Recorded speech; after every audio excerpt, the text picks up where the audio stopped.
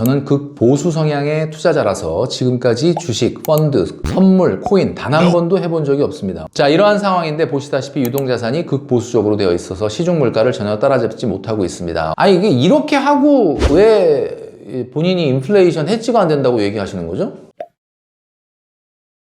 필쌤TV 구독자 여러분 안녕하십니까? 머니트레이너 김경필입니다. 오늘도 사연자님의 고민을 한번 같이 들어보도록 하겠습니다. 제목은 화폐가 휴지 조각이 될 것 같아 무섭습니다 라는 제목입니다. 88년생 남자입니다. 저는 극보수 성향의 투자자라서 지금까지 주식, 펀드, 선물, 코인 단 한 번도 해본 적이 없습니다. 뭐 이런 분들도 많죠. 안전자산에 투자하는 경향이 강해서 유일하게 하는 것이 엔화 환전 정도입니다. 여기서 말하는 안전자산이 바로 리스크 프리 에셋이죠. 한마디로 리스크가 없는 변동성이 제로인 자산을 우리가 안전자산이다 이렇게 이야기합니다. 자, 그런데 환율과 주식이 이 정도로 오르다 보니 전략을 바꿔야 한다는 생각이 듭니다. 저는 큰 욕심이 없습니다. 적어도 물가 상승률을 방어할 수 있는 포트폴리오나 물가 상승률을 따라잡을 수 있는 정도의 상품을 추가하고 싶은데 여기서 어떻게 하면 좋을까요? 자, 내용을 한번 살펴볼까요? 수입은 급여 333만원, 고정지출, 수도 광열비 5만원, 통신료 3만원, 보험료 67,000원, 대중교통비 7만원, 쿠팡 와우패스 0.8만원, 탈모약 3만원, 팀회비 3만원. 자, 여기까지 고정비는 29만원입니다. 자, 변동지출은요, 제가 자격증 공부하는 것을 좋아해서 교재비로 연간 20에서 30만원 정도, 인터넷 강의에 40에서 80만원 정도 씁니다. 그렇다면 한 월 10만원 정도 되겠네요. 일본 여행을 좋아해서, 아까 환전이 일본 여행 때문이군요. 한 번 나갈 때마다 비행기, 숙박, 경비까지 한 400 정도 씁니다. 오, 가로 열고 와이프 포함. 결혼을 하셨네요. 단 자주 나가는 것은 아니고 비행기 값을 아끼기 위해 4박 5일 일정 이상으로만 갑니다. 1년에 한 번 정도. 그러면 한 달에 한 평균 40만원 정도 쓴다는 거니까 여기까지 하면 79만원 정도 쓰는 거네요. 국내 여행도 가끔 가는 편인데 이때는 30에서 40만원 정도 쓰는 것 같습니다.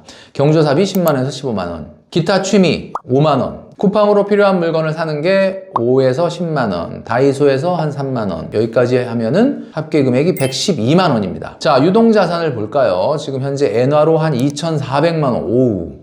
그 다음에 저축예금은 3,800만원. 근데 금리가 0.1%짜리 예금이라고 합니다. 그러니까 이거는 거의 입출금 통장이죠. 그러니까 뭐 전혀 이자가 붙지 않는 파킹 통장도 아닌 그런 데다가 돈을 넣어놓고 있다. 자차 없음, 적금 없고 매달 200만원씩 저축을 유지하고 있습니다. 비유동자산이 부동산 9천만원, 빌라 전세금, 퇴직연금 3,900만원, 주택 청약저축 1,370만원, 현재 납입 중단함, IRP 1,350만원, 연말 정산용, 변액연금 5천만원, 납입금 3,600만원인데 최근 주식이 많이 올라서 상승하였다 이렇게 되어 있습니다. 자, 그러니까 유동자산, 비유동자산에서 전세금까지 포함해서 한 2억 정도 있으시다라고 보여지네요. 나쁘지 않습니다. 자, 이러한 상황인데 보시다시피 유동자산이 극보수적으로 되어 있어서 시중 물가를 전혀 따라잡지 못하고 있습니다. 어떻게 하면 곧 다가올 2026년 고환율 시대와 초양극화 시대를 이겨낼까요? 필쌤TV를 굉장히 여러 번 반복해서 보시는 분 같습니다. 그 키워드, 고환율, 그리고 초양극화라는 정확한 이야기를 해주셨습니다. 자, 일단 제가 말씀드리고 싶은 얘기를 하기 전에 필 왔어요?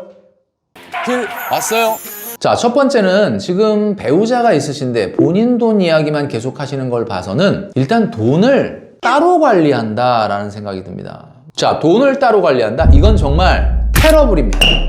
여러 번 반복해서 말씀드리는 거지만 부부라면 돈을 합쳐서 같이 관리를 해야 됩니다. 두 번째는 적립식도 복리 효과가 중요하지만 예금이 복리 효과가 큽니다. 예를 들면 우리가 작은 눈덩이가 굴러가는 게 빠르겠습니까? 큰 눈덩이가 굴러가는 게 빠르겠습니까? 3,600만 원이라고 하는 엄청나게 큰 돈을 0.1%짜리 입출금 통장에 넣어놓는다?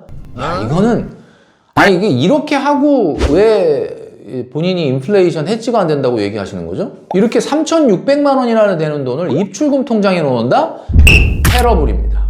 자, 지금 시중에 나온 특판 금리 상품들을 쭉 보니까요. IBK 랜덤 게임 적금 연 15%, JB 슈퍼 시드 적금 13%, 우리은행 두근두근 행운 적금 12.5%, KB 아이사랑 적금 10%, 물론 여기에는 특판 금리이기 때문에 금액도 매우 한계가 있고 특정한 조건을 맞춰야만이 해당이 되는 내용이죠. 그러나 제가 이걸 왜 읽어드렸느냐? 사실 찾아보면은 이런 큰 금액도 물론 지금 우리가 원하는 것처럼 5%, 7%, 10%의 높은 고금리 상품은 없겠지만 최소한 2% 후반 또는 3% 초중반의 상품들이 얼마든지 있습니다. 저축은행이라든지 신협, 새마을금고 같은 데도 상품들이 있거든요. 자, 그렇기 때문에 예금자 보호가 되는 한도 내인 금액 1억 원 안에서는 이런 목돈은 절대로 0.1%짜리 금리의 통장에 넣어놓으시면 안 됩니다. 손품을 팔더라도 부지런을 떨었다 그러면 최소한 3% 정도의 예금 금리는 받을 수가 있었을 거다라는 생각을 하게 되는 거죠. 자, 이분이 원하는 건 굉장한 것을 원하는 게 아니라 인플레이션을 해지하는 정도 수준의 비유동자산을 갖고 싶다라고 말씀하셨기 때문에 고금리 예금 상품을 찾아서 가입을 하시면 됩니다. 말씀드렸던 것처럼 매달 내고 있는 돈보다 훨씬 금리의 영향을 많이 받는 게 목돈이다 라는 점을 생각을 하셔야 되죠. 그리고 200만 원 정도를 또 이자가 붙지 않는 통장에 넣어놓는 것보다는 1년짜리라고 하더라도 금리가 낮더라도 예적금, 특히 적금을 하시는 것을 추천드린다라고 말씀드릴 수 있습니다. 최근 이분이 이제 고환율에 대한 우려를 하셨는데 코로나 이후에 우리나라의 중위가격 아파트는 11억짜리 아파트가 4,500만 원 정도, 그러니까 약 3.9% 정도가 하락을 했습니다.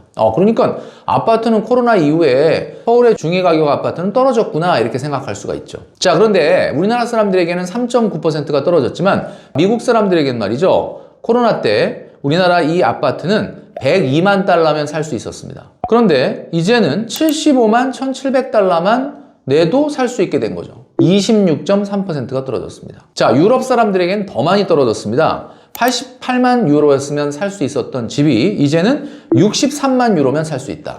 자, 제가 지금 뭘 말씀드렸느냐? 대한민국 원화를 쓰고 있는 사람들에게는 서울 중위가격 아파트는 3.9%밖에 안 떨어졌지만 미국 사람들에게는 26.3% 그리고 유럽 사람들에게는 27.7%가 떨어졌습니다. 왜일까요? 지금 이분이 말씀하신 것처럼 그동안 환율이 엄청나게 올랐기 때문입니다. 미국 원달러 환율은 약 30%, 유로화 같은 경우는 33% 정도가 원화가 유로화와 원화 대비해서 평가가 절하됐다라는 이야기죠. 그러나 모든 직장인이 모두 다 S&P 500이나 나스닥에 뛰어들 필요는 없습니다. 제가 말씀드렸던 것처럼 월 50만 원에서 100만 원 사이에 저축을 하시는 분이라면 지난 3년 동안 S&P 500에 50만 원씩 3년을 넣어 놓은 거나 청년도약 계좌나 또는 ISA 계좌에서 저축을 한 사람의 차이는 최대 500만 원, 적게는 180만 원 정도가 납니다. 500만 원이 적어? 라고 생각하실 수도 있죠. 물론 500만 원이 적은 돈은 아닙니다. 그러나 3년 동안 엄청난 시간과 에너지를 쏟아붓는 걸 감안한다면 그렇게 큰 차이가 아니다라고 말씀드릴 수도 있는 거죠.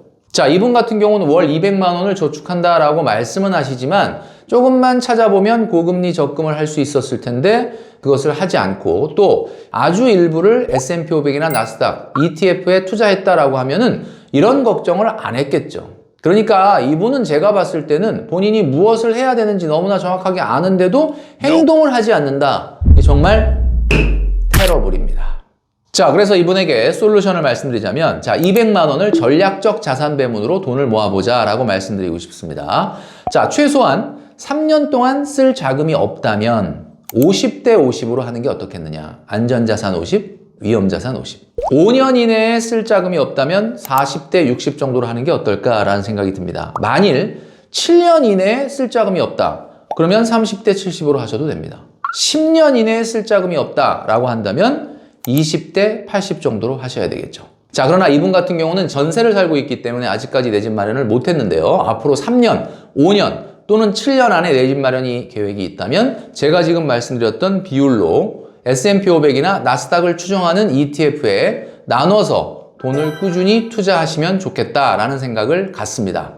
자, 정리하면 첫 번째는 돈을 합쳐서 아내와 같이 돈 관리를 하라. 두 번째는 예금 3,600만 원을 고금리 예금 통장으로 전환하라. 세 번째는 월 200만 원 저축을 내가 필요한 돈을 쓸 수 있는 기간에 맞춰서 전략적 자산 배분으로 고금리 적금과 S&P 500과 나스닥에 추정하는 ETF에 나눠서 돈을 모아라. 자, 이 세 가지를 말씀드렸는데 이 세 가지만 보완하신다면 이분은 요구 수익률이 높지 않기 때문에 충분히 원하는 수준의 인플레이션을 해지하면서도 돈을 모아갈 수 있는 그런 분이다라고 말씀드릴 수 있습니다.